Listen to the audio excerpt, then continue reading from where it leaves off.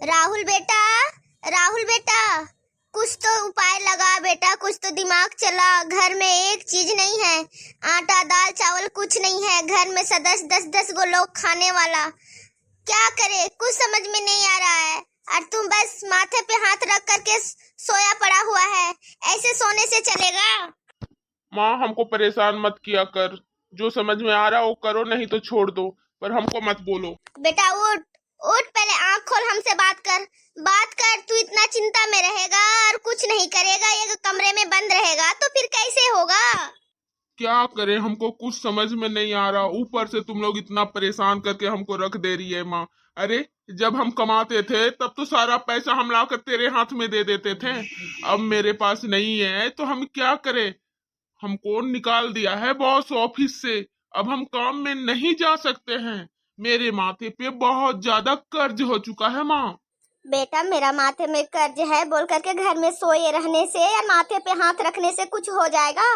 देख, आँख खोल कर देख, तेरी दो दोगी बेटी, इन लोग का दूध खाना सबका खर्चा कहाँ से आएगा? घर में रसोई में एक दाना नहीं है, राशन का कोई सामान नहीं है। जब तक आएगा नहीं तो खाना क्या बनेगा? हमको कुछ समझ में नहीं आ रहा, लग रहा है कि हम पागल हो जाएंगे, पागल हो जाएंगे। हम करें तो क्या करें, सिर्फ घर में कोई सामान नहीं है, बच्चे दो दो है, मेरा सब बोल बोल के मेरे को पागल कर दे रहे हैं आप लोग। भैया आप इतना टेंशन मत लीजिए, नहीं तो आपको कुछ हो जाएगा तो ये घर और भी पूरा बर्बाद हो जाएगा। ऐसे भी ये घर पूरा बर्बाद हो चुका है। अब बहना तू ही हमको कोई रास्ता बता, नहीं तो हमको अब कोई दिमाग काम नहीं कर रहा। ज्यादा दिमाग खराब होगा तो सब कुछ यहाँ से छोड़ छाड़ के हम ऐसा जगह चल जाएंगे, ऐसा जगह चल जाएंगे कि जीवन में कभी तुम लोग को हम नजर तक नहीं आएंगे। मेरा दिमाग बहुत ज्यादा खराब हो रहा है। भैया ये बुरे वक्त में ना सबसे अच्छा तरीका हम आपको बता रहे हैं। भाभी और भाभी के दोनों बच्चे को बोलिए अपना मायके चले जाए, यहाँ पर खाने के लिए कुछ सामान नहीं है और आपका काम धंधा भी ठीक नहीं चल रहा भैया। हाँ हाँ, मेरी बेटी एकदम सही बोल रही है, ये तीनों माँ बेटी को मायके भेजा दे। जाए तब तो इतना कुछ तो हो जा रहा है, पर अपना मायके जाने का नाम नहीं करती, यहीं पे बैठी रहती है। ऊपर से इसका दोनों बच्चा मेरा जीना हराम करके रख दिया है। मेरी दोनों बेटी ने कितना सारा खाना खा जाती है इस घर का, जो मेरी दोनों बेटी बोझ हो गई है। और हम मायके चले जाएं, ऐसे हालत में अभी मायके चले जाएंगे हम तो हमको कौन अच्छा बोलेगा? यही यही दिक्कत है, इसको कौन अच्छा बोलेगा कौन बुरा बोलेगा, बस वही चिंता में पड़ी रहती है। सुनो जी, आप इतना टेंशन मत लो, मेरी दो बेटी और हम ही तीनों बोझ है ना। हम चलो मान भी लेते हैं कि हम लोग, मेरी दोनों बेटी और हम बोझ हैं, लेकिन आपकी शादीशुदा बहन घर पे आकर के यहाँ बैठी हुई है और खा रही है बैठ करके खाना, और खुद अपना दो दो बच्चा को यहाँ पे खिला रही है। वो बोझ नहीं है? हाँ, और आपकी दो बेटी है वो बोझ हो गई है। ये घर टूटने का पीछे का कारण है ना, पूरा का पूरा मेरी ननद का है, और वो आप लोग को दिखाई नहीं दे रहा है। मेरी बेटी बोझ हो गई और मेरी ननद इस घर में बैठ करके खा रही है। वो भी शादीशुदा होते हुए भी, शादीशुदा नहीं रहती तो बोला जाता कि हाँ शादीशुदा नहीं है, पर अब तो शादीशुदा है, दो दो बच्ची की माँ है, इसको तो अपना ससुराल में रहना चाहिए ना। भाभी आप जबान संभाल के बात करिए, समझ में आया?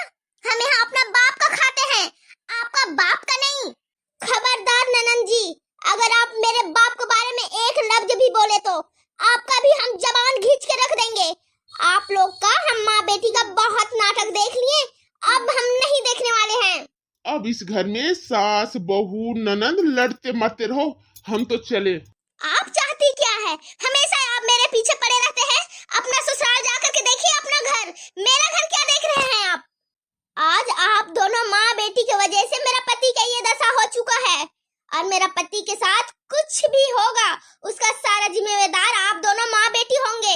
बोल दिए हम। मेरा पति इतना डिप्रेशन में चल रहे हैं, घर में खाने का एक दाना नहीं है, ऊपर से आप दोनों माँ बेटी ये परिस्थिति संभालने के वजह मेरे पे कोसे जा रहे हैं। मेरा दो छोटा बच्चा है, हम कहाँ चल जाएं? मेरा मायके जाने से सारा सुविधा हल हो जाएगा, सिर्फ हम ही बोझ है और मेरी दो बेटियां बोझ है, आप बोझ नहीं है। यहाँ आकर के बैठ के रोटी तोड़ रहे हैं। माँ तू देख रही है तेरी बहू का जवान कितना चलने लगा है, ठीक है? ये ऐसे नहीं मानेगी ना, इसका दूसरा तरीका भी हमको आता है मनवाना। तुमको जो तरीका आता है वो अपना बेटी, इसको लेकिन इस घर से भागा, अब मेरा भी बर्दाश्त का बाहर हो चुका है। माँ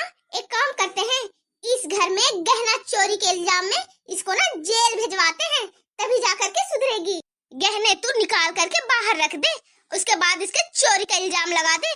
चुपचाप ले जा करके इसका अलमारी में रख दे गहना, उसके बाद पुलिस बुला करके इसका नाम लगा देंगे कि हाँ ये गहना मेरा घर का चोरी की है, इसको जेल लेकर के जाओ।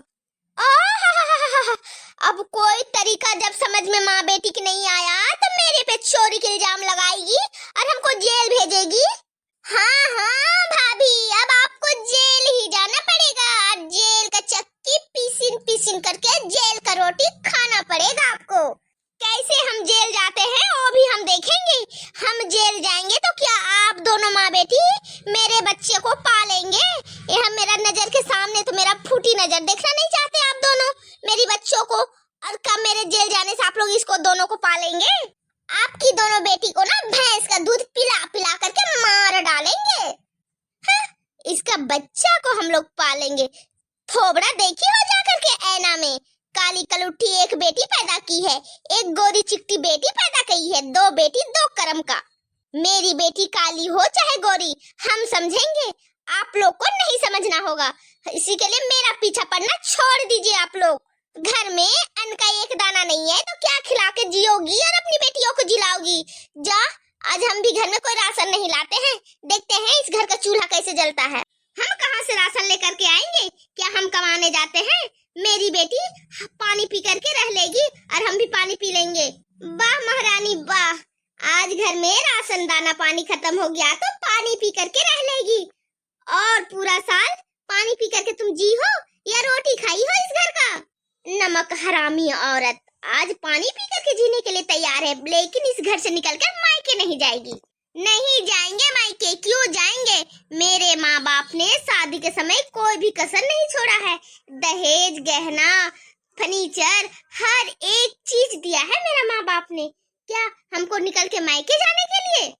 सारा सुख सुविधा मेरे माँ बाप हमको दिए हैं, तो इस ननद को आप भेजिए मम्मी जी ससुराल, उसके बाद ही इस घर का कुछ भी दशा चेंज होगा, वरना इसी तरह रह जाएगा। हम ससुराल नहीं जाने वाले हैं, अभी मेरे माँ बाप हमको रखने के लिए तैयार है और हम अपने माँ बाप का खाते हैं, आपका नहीं। आप बोलने वाले होते कौन हैं?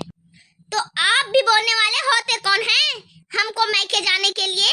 सुन लीजिए ननंद, आप ननंद है, ननंद के जैसा रहिए, ज्यादा हद पार करिए मत, नहीं तो पानी सर से अब ऊपर हो चुका है, कुछ भी हो जाएगा। आप हमको जेल भेजेंगे ना, आपको भी हम साथ में जेल लेते जाएंगे, अकेले नहीं।